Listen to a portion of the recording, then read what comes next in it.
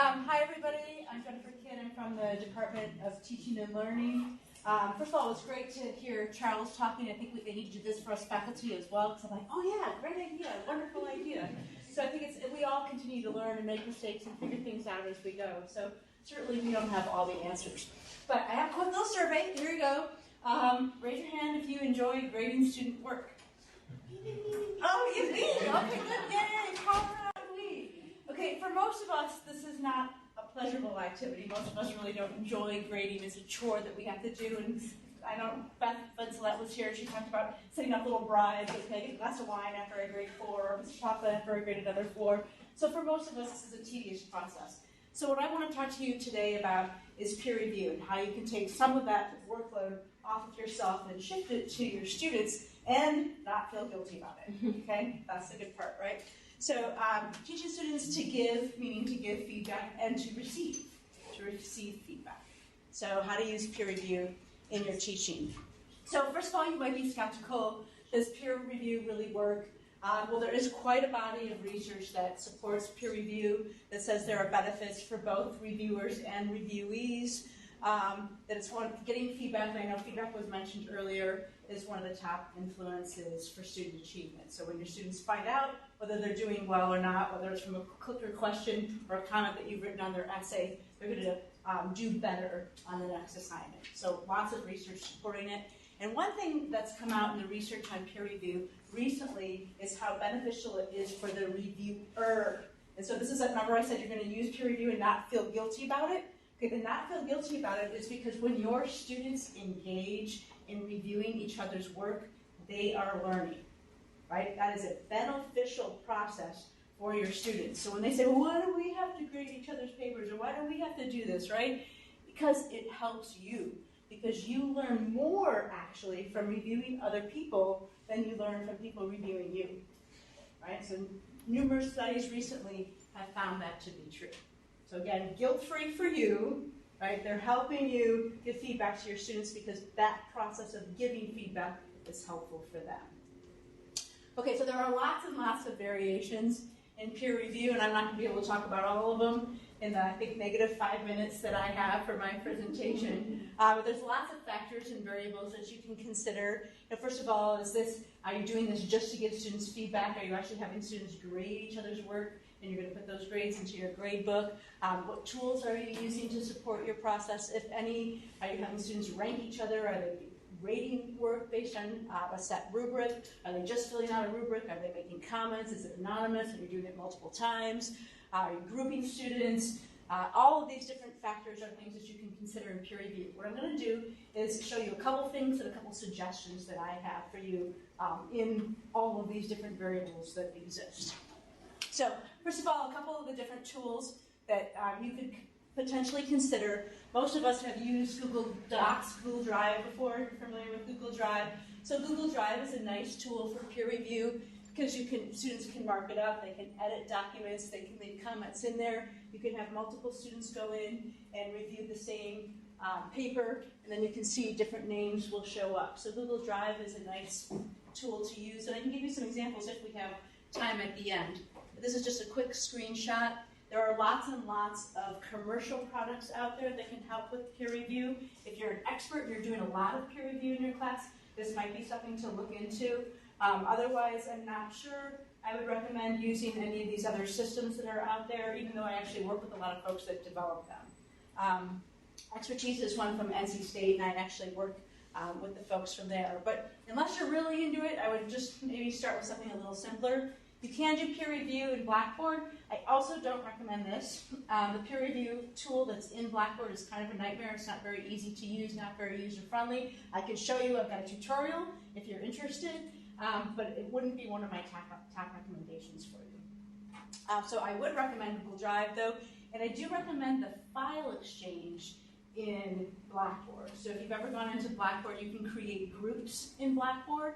And then within those groups, students have a file exchange where they can post documents. So they can just post up their assignment. Students can then just post up their reviews. It's a very easy 5-minute setup. The students get it. You never have any technical issues or hassles. So I do recommend those two tools, Google Drive and Blackboard File Exchange for peer review.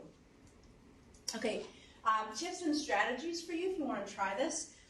Number one, and this is something that's not a lot of people think about this, but it can be really uncomfortable to get feedback, right? Like you're sitting in your boss's office and you're getting your annual review and you get to hear all the things that you did wrong, right? That's not a very comfortable position for a lot of us. So to try to make it a little bit more comfortable for the person who's being reviewed, let that person who's being reviewed ask a question. And here's some feedback I'd like to receive. Here's some things I don't know how well I did on it. I'm looking for advice here. Because when you ask for feedback, you tend to be more receptive to receiving it, rather than just someone telling you, here's all the stuff you did wrong. So this can be as simple as at the top of their essay or whatever they're turning in, write one thing at the top. Here's something I'd like you to look at. Or here's one question I have for you. Did I do this part right? Or did this come across clearly? Okay, so when you're asking for feedback, you're more receptive to getting it.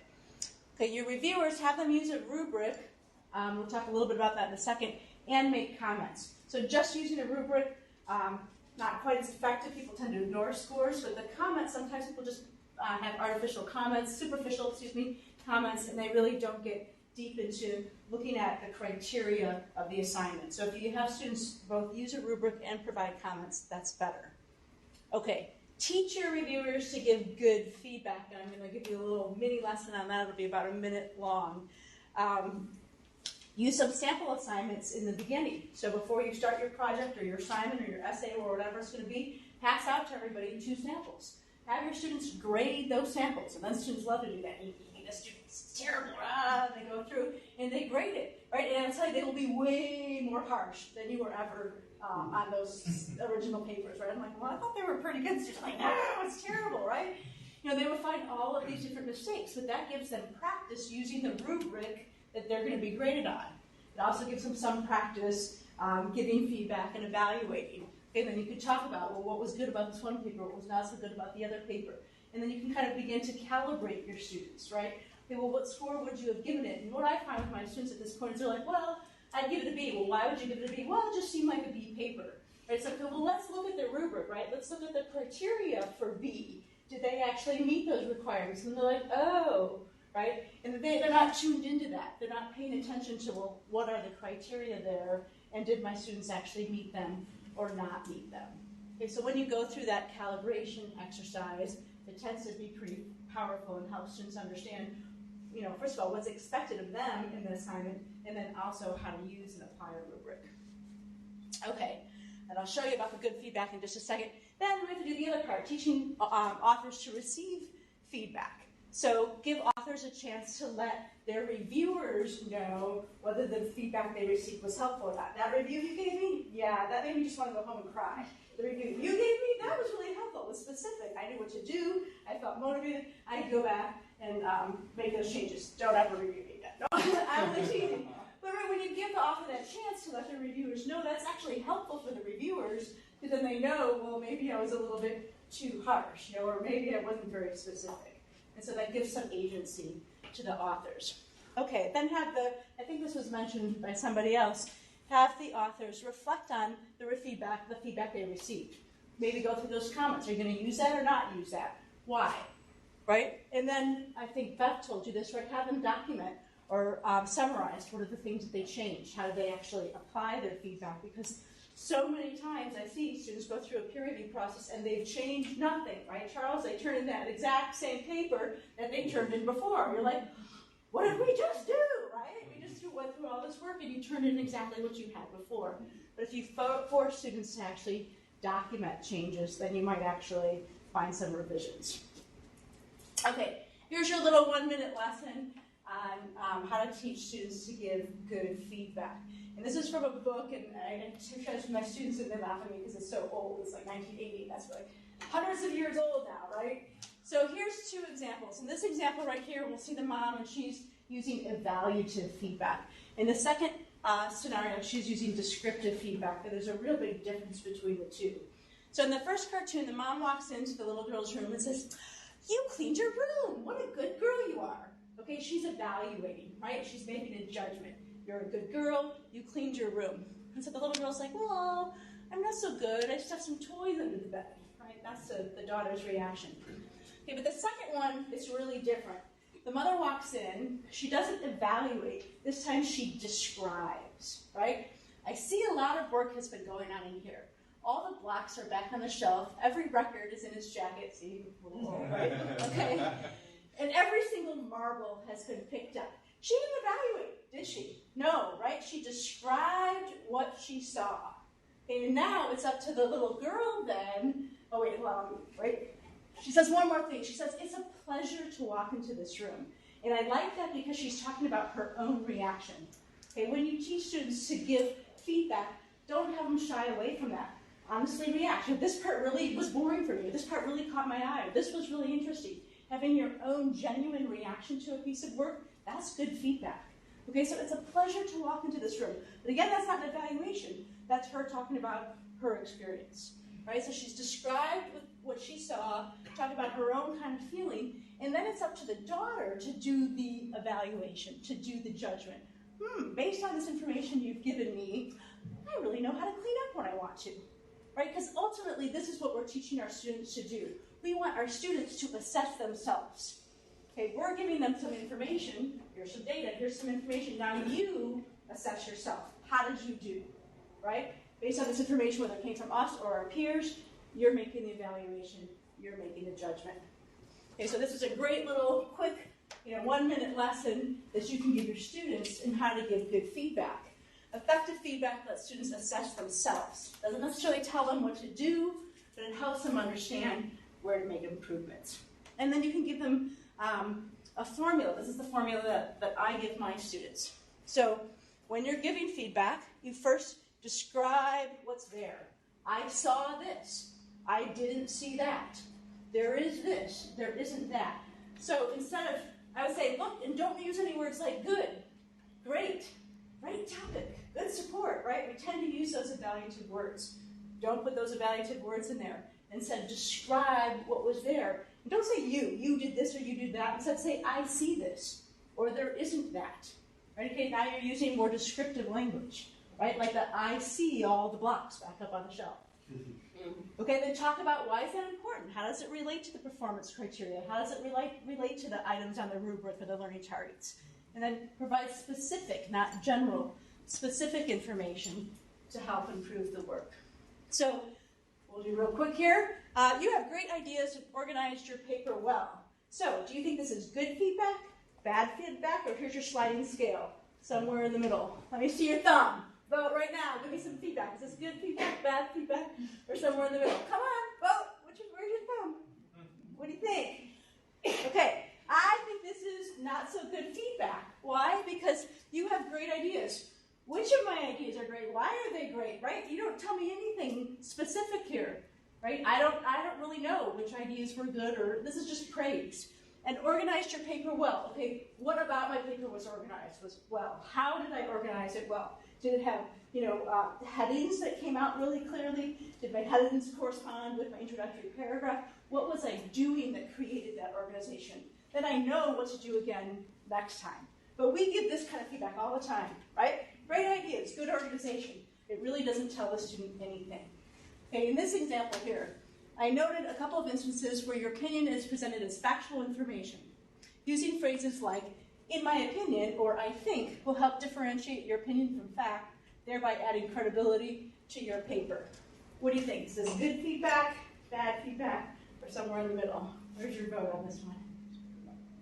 All right, I see more thumbs up. I agree. This is pretty good, right? Because this is descriptive. I noticed a couple of times when you did this, right? And then they're kind of saying, well, hey, this is creating a problem with credibility, so we're relating it to criteria. And then we're giving a suggestion. Hey, what about if you did this, or what if you did that? Right? So we're describing what we saw, talking about why it was a problem, and then giving them a suggestion. Okay, real quick here, interesting findings from my research, things I found. If you're going to do peer review, I found that the first round is really the most effective. People kind of get worn out. One trick I've used with that is that if I use it with progressive assignments, then the other rounds still tend to be effective. So maybe I have them write kind of an intro. Hey, what's my paper going to be on? Then I have an outline. Then I have a draft. Then I have something else. So that way students are changing as they move along. Okay, for anonymity, a lot of research supports anonymity as being the best way to do peer reviews because students don't feel awkward then about giving feedback. But what I found is that when students actually knew their reviewers, they invested more. Like, oh yeah, I know you're a good reviewer, right? So I'm going to trust your feedback. I know you're a good student. Or somebody's a slacker, I'm not going to pay as much attention. Or I care about you, so I want to give you a good review. All right, I would say use technology that's easy. That's the biggest thing that I found. If students get tripped up in the technology, the whole thing bombs.